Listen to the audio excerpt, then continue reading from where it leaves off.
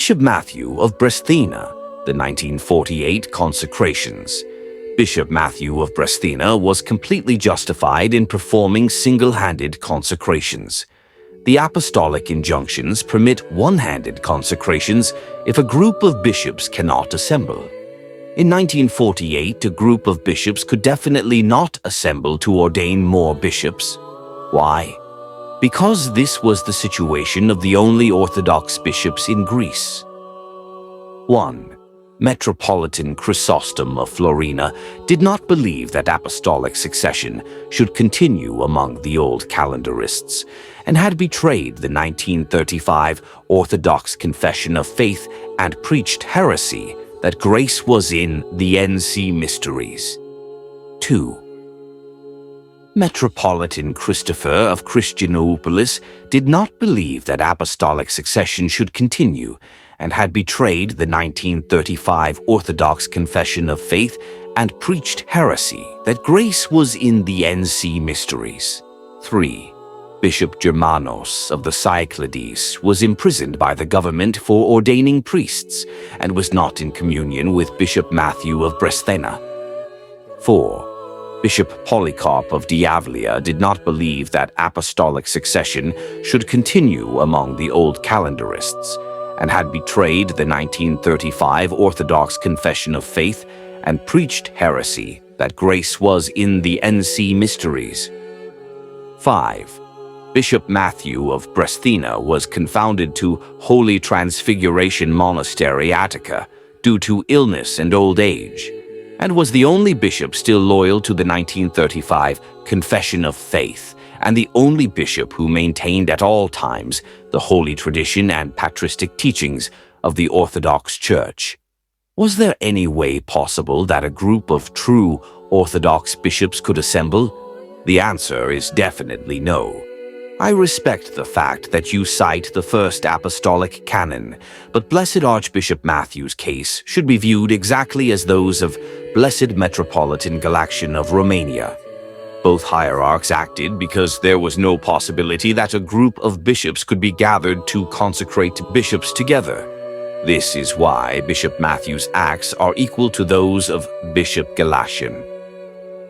For the benefit of the reader, a few clarifications shall be made regarding the issue of the single-handed consecration, which Bishop Matthew of Bresthena performed on Bishop Spiridon of Trimithus in 1948. However, we must first understand the background information regarding the poor condition of the Greek hierarchy at this time.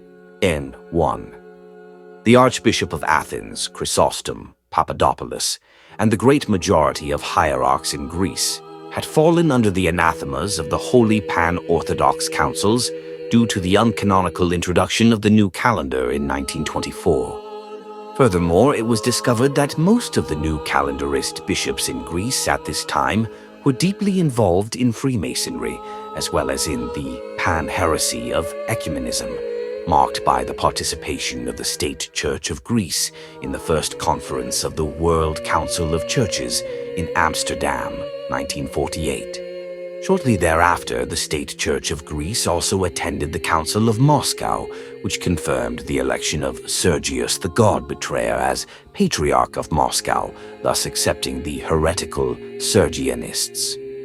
2. The original president of the genuine Orthodox Synod of Greece, Metropolitan Germanus Mavromatis of Demetrius, had fallen into ecclesiological heresy in 1937, and by 1943 he had petitioned to be received into the state church. His petition was rejected, but Metropolitan Chrysostom of Florina broke communion from him anyway, after which Chrysostom declared himself president, even though Metropolitan Germanus was still alive. Metropolitan Germanus died in 1944 and was buried by new calendarists. 3. The former Metropolitan of Florina, Chrysostom Kavouridis, had fallen into ecclesiological heresy in 1937. In 1943, Metropolitan Chrysostom broke communion from his synodical president and declared himself president. He, together with two other bishops, Christopher, Katsis of Christianopolis, and Polycarp, Leosis of Diavlia, composed the Floranite Synod. In 1944, the Floranite Synod synodically enforced their ecclesiological heresy as their synod's official position. In 1945, the Floranite Synod made the following open declaration to the state hierarchy. We assure all the church and state authorities that, having full awareness that we are only simple keepers of an institution of pan-orthodox importance as the old calendar is, and not representatives of a rebellious church, we shall never and in no case whatsoever carry out ecclesiastical acts such as the consecrations of bishops. From this, it is clear that not only did the Floranites fall into ecclesiological heresy, they also desired that the old calendarists would not have any bishops in the future. The Floranites proved this by their actions also, for by 1955 the Floranite bishops had either died out or apostatized to new calendarism, thus leaving their followers without bishops. By remaining in his ecclesiological heresy, and by refusing to consecrate successors to the episcopate, Metropolitan Chrysostom did not fulfill his duties as a bishop. The main two duties of a bishop are firstly to preserve the orthodox faith, and secondly to transmit the apostolic succession to the next generation. Metropolitan Chrysostom failed in the first duty due to his ecclesiological heresy, and he emphatically refused to fulfill the second duty of ordaining successors. By not fulfilling his duties as a bishop, Metropolitan Chrysostom of Florina proved to be a pseudo-bishop. Herefor, Bishop Germanus Varicopoulos of the Cyclades fell into schism in 1943 and refused to concelebrate with Bishop Matthew of Bresthena for personal reasons. Due to Bishop Germanus's attempts at union with the Floranites in 1945, all of his clergy and most of his followers departed from him and joined under Bishop Matthew. Because Bishop Germanus began to ordain new priests in order to re-establish his own faction, he was arrested, tried, and imprisoned for a 2-year term by the state authorities. Hence, even if Bishop Germanus of the Cyclades wanted to participate in any consecrations, it would be impossible for him to do so at this time because he was in prison. 5. Bishop Matthew Carpathakis of Bresthena was the only hierarch in Greece who held fast to the holy tradition and patristic teachings of the Orthodox Church. He never denied the synodical confession of 1935, and he was the only old calendarist hierarch who was willing to fulfill his duties as a bishop. To wit, he was the only hierarch who was willing to consecrate successors to the episcopate in order to ensure the apostolic succession of the true Orthodox Church of Greece. Not finding any other truly Orthodox bishops in Greece, Bishop Matthew sought to find hierarchs from abroad, such as the Russian hierarchs living in Poland, which Bishop Matthew reportedly communicated with. However, all of these attempts failed. Hence, on August 26, 1948, a clergy laity meeting of the Matthewite Synod decided that our Most Reverend Bishop Matthew of Bresthena should proceed to the consecration of new bishops, insofar as the other pseudo-bishops of the true Orthodox Christians neither understand nor confess orthodoxy, nor unite with us, nor even agree to make consecrations. We grant him the authority to proceed both to the election of people and to their immediate consecration, in accordance with the divine and sacred canons and the opinions of our canon law experts, and in accordance with the practice of the whole Church of Christ, which has accepted, in case of necessity, as is the case today, such an act of economia, otherwise known as leniency or dispensation. As we have just heard from our Chancellor, Archpriest Eugene Tombros, who explained the validity of the consecration of one bishop by one bishop alone in accordance with the law of our Orthodox Church. Therefore, in September 1948, Bishop Matthew Carpathakis of Bresthena, a former Athonite confessor, renamed and consecrated the Athenite archimandrite Gideon Prohegumen as Bishop Spiridon II of Trimithus to serve the true Orthodox Church of Cyprus, which desperately needed a bishop. Then, together with Bishop Spiridon, Bishop Matthew consecrated Hieromonk Andrew Anestis as Bishop of Patras to succeed him in serving the true Orthodox Church of Greece, as well as taking care of the monasteries. Then, these three hierarchs consecrated Hieromonk Demetrius, former Athenite confessor, as Bishop of Thessalonica to serve the true Orthodox Patriarchate of Constantinople, which consisted of the Matthewite communities in Macedonia, Thrace, and on Mount Athos. These four bishops then consecrated Hieromonk Callistus Macris as Bishop of Corinth to serve in Greece, as well as to occasionally serve the Greek Old Calendarists of North America. In 1949, Bishop Matthew of Bresthena was elected as Archbishop of Athens, and then the other bishops of the Matthewite Synod were elevated to the rank of metropolitans. The action of one bishop consecrating another bishop alone, without the assistance of other bishops, such as the case of Bishop Matthew of Bresthena, consecrating Bishop Spiridon of Trimithus, is an act of economia, otherwise known as leniency or dispensation, and is permissible at such times of necessity. Bishop Matthew used economia to fulfill, not violate, one of the apostolic canons, and Bishop Matthew only used this act of economia once. All subsequent consecrations were performed according to akraveia, to wit, the strictness or exactness of the sacred canons. Accordingly, only one canon, the following canon, was not fulfilled according to akraveia, but rather by economia. Canon 1 of the Holy and Renowned Apostles. A bishop is to be ordained by 2 or 3 other bishops. However, in the interpretation of the above-quoted canon, as found in the Holy Rudder, we find the following clause by St. Nicodemus of the Holy Mountain. See Orthodox Christian Education Society, The Rudder, Chicago, 1957, PR 4, lines 11, 13. The Apostolic Injunctions, Book 8, Chapter 27, on the other hand, commands that anyone ordained by a single bishop be deposed from office along with the one who ordained him, except only in case of persecution or some other impediment, by reason whereof a number of bishops cannot get together, and he has to be ordained by one alone, just as was Siderius ordained Bishop of Palaeobisca, according to Synesius, not by 3, but by one bishop, Philo, because of the scarcity of bishops in those times. According to the apostolic injunctions, writes St. Nicodemus of the Holy Mountain, the consecration of one bishop by another bishop alone is permissible in a case of persecution or any other impediment, by reason whereof a number of bishops cannot be gathered together.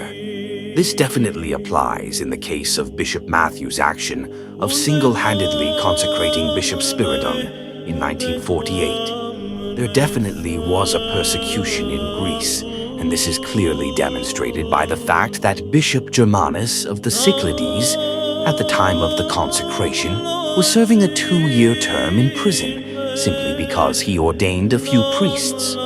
There were also many other impediments, such as the fact that the great majority of hierarchs in Greece were anathematized new calendarists, heretical ecumenists, and Freemasons. And of the very few who did not fit this criteria, the Florinites, in other words, were in ecclesiological heresy, and emphatically refused to assemble for the consecration of new bishops as a result of putting their ecclesiological heresy into practice. The final impediment was that, although bishops from abroad, for example, Russian bishops in Poland, etc., were contacted, there was no possibility that any of these bishops could assist Bishop Matthew in the consecration of new bishops to continue the apostolic succession of the true Orthodox Church of Greece. Also, since the single-handed consecration in 1948 was at a time of heresy and apostasy, the following explanation by St. Nicephorus of the Holy Land also applies. In times of heresy, according to the necessity, not everything is to occur in accordance with the canons which are established in times of peace. See Saint Nicephorus, answer to question 1 of monk Methodius. Therefore, the single-handed consecration performed by Bishop Matthew of Bresthena was canonical, and it was similar to many other cases in the history of the Orthodox Church. For example, in the early history of the Orthodox Church of England, in the life of Saint Augustine of Canterbury, see Moss, Vladimir, Saint Augustine of Canterbury, Traditionalist List 2000, we find the following narration. From Yorkshire, Augustine headed for the borders of Wales in order to meet the British bishops whose fathers had fled to the west to escape the invasions of the pagan Anglo-Saxons. Augustine had been given authority over the British bishops by Pope Saint Gregory of Rome. But the task of uniting with the British Christians did not prove to be easy.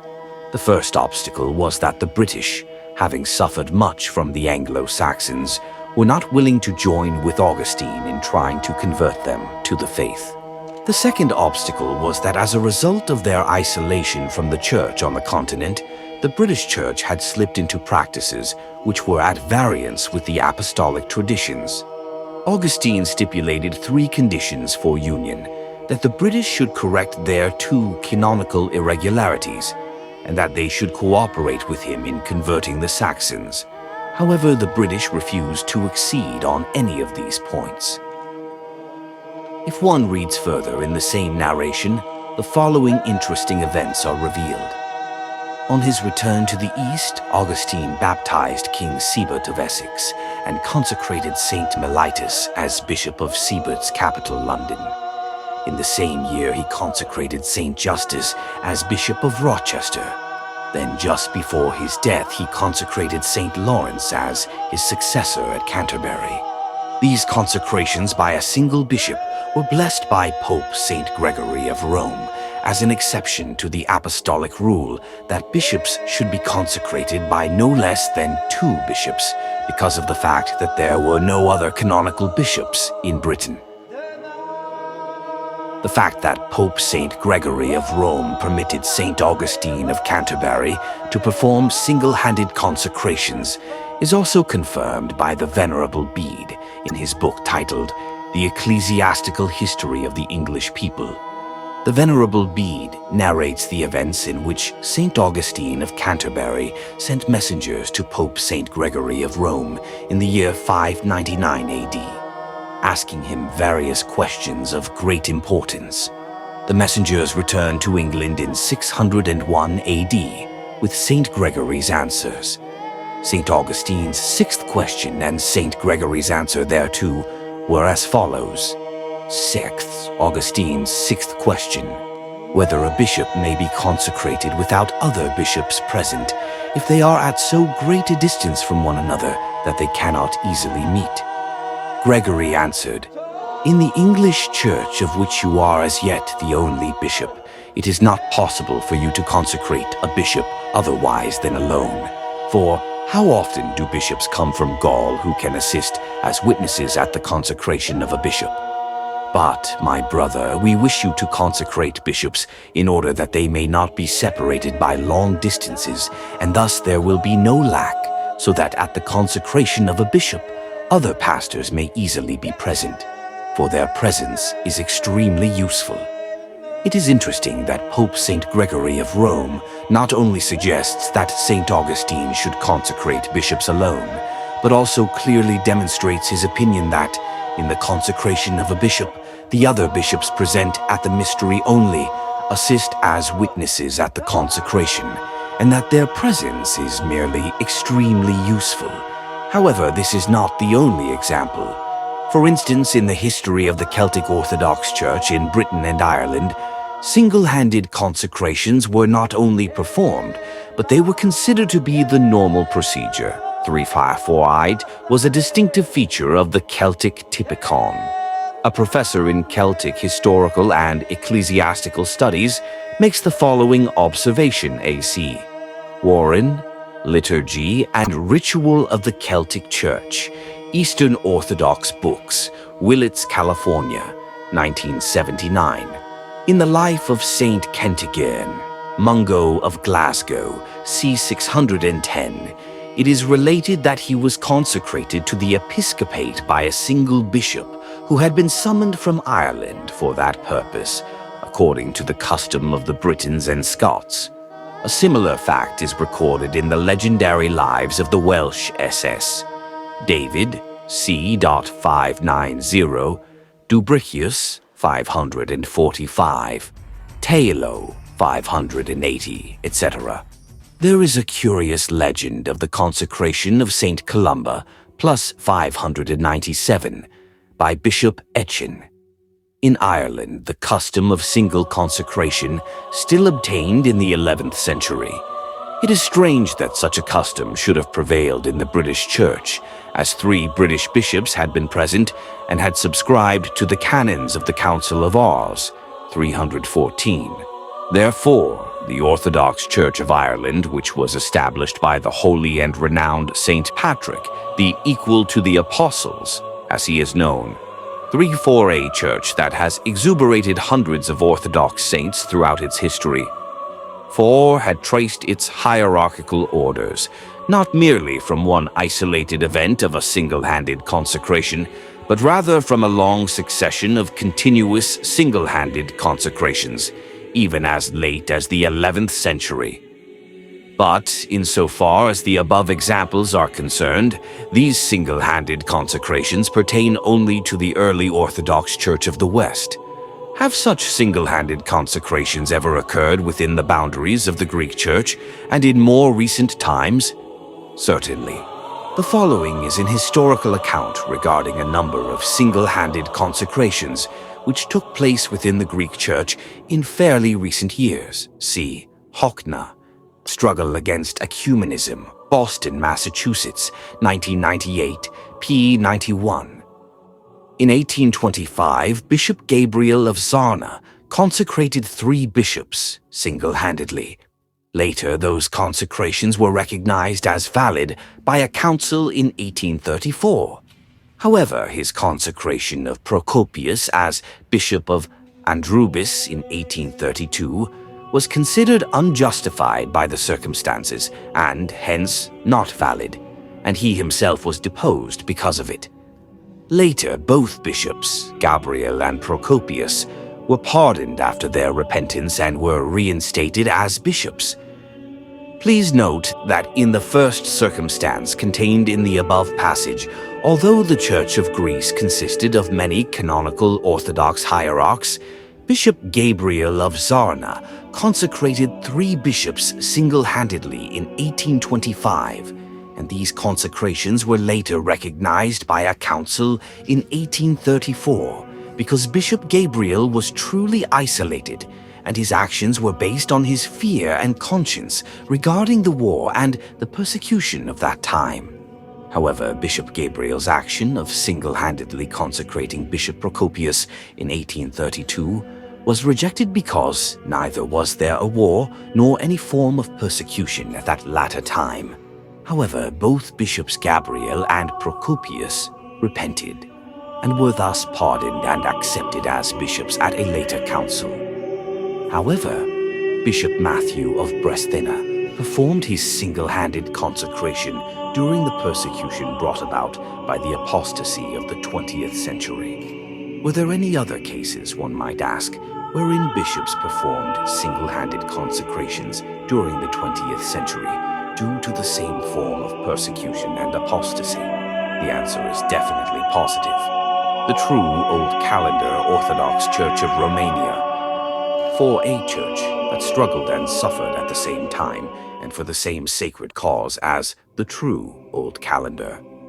Orthodox Church of Greece, 3-4, also exercised the act of economia in that one bishop consecrated another bishop single-handedly, and it is from this consecration that the hierarchy of the true Orthodox Church of Romania descends.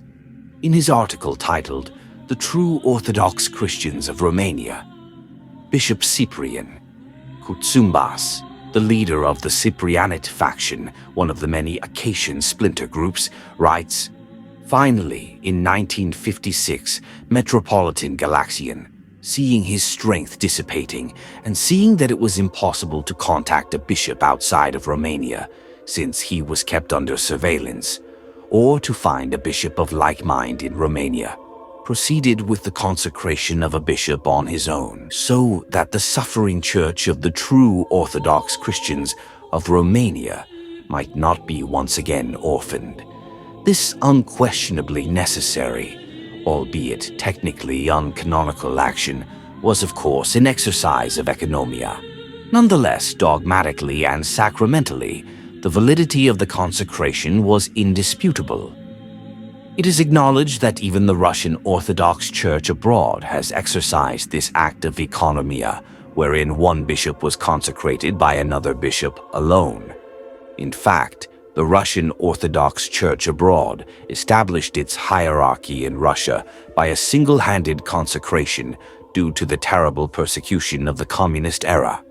Hence, both the Free Russian Orthodox Church, FROK, and the Russian Orthodox Autonomous Church, ROAC, trace their episcopal orders, in part, from a single-handed consecration performed during the 1980s.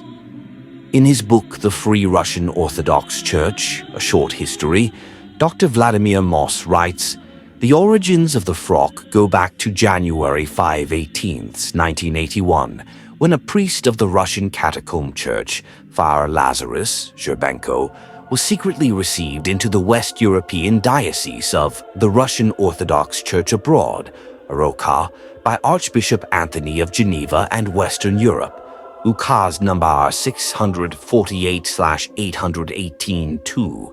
Shortly after this, in 1982, another cleric of the West European Diocese, Father Barnabas Prokofiev, was secretly consecrated as Bishop of Canon and sent to Moscow, where he single-handedly consecrated Father Lazarus to the episcopate. The candidacy of Father Lazarus had been put forward by the dissident MP priest, Father Demetrius Dudko, with whom Archbishop Anthony had entered into correspondence. Insomuch as the actual service of consecration is concerned, if one observes the process of this mystery, one will understand that even if many bishops are gathered to perform a consecration, all the bishops participate, but only one of them is considered to be the consecrator. The fact that only one bishop serves as consecrator in the service of an episcopal consecration is a reality that even the Acacians themselves acknowledge and confess. Hence, in his email message to Archpriest Anthony Gavalis, dated December 9, 2000, Bishop Christodoulos of Theopolis, a member of the Cite Synod, yet another of the many Acacian splinter groups, sent the following excerpt from what seems to have been a news announcement. NB all brackets in original document, only emphasis added by present author S.M.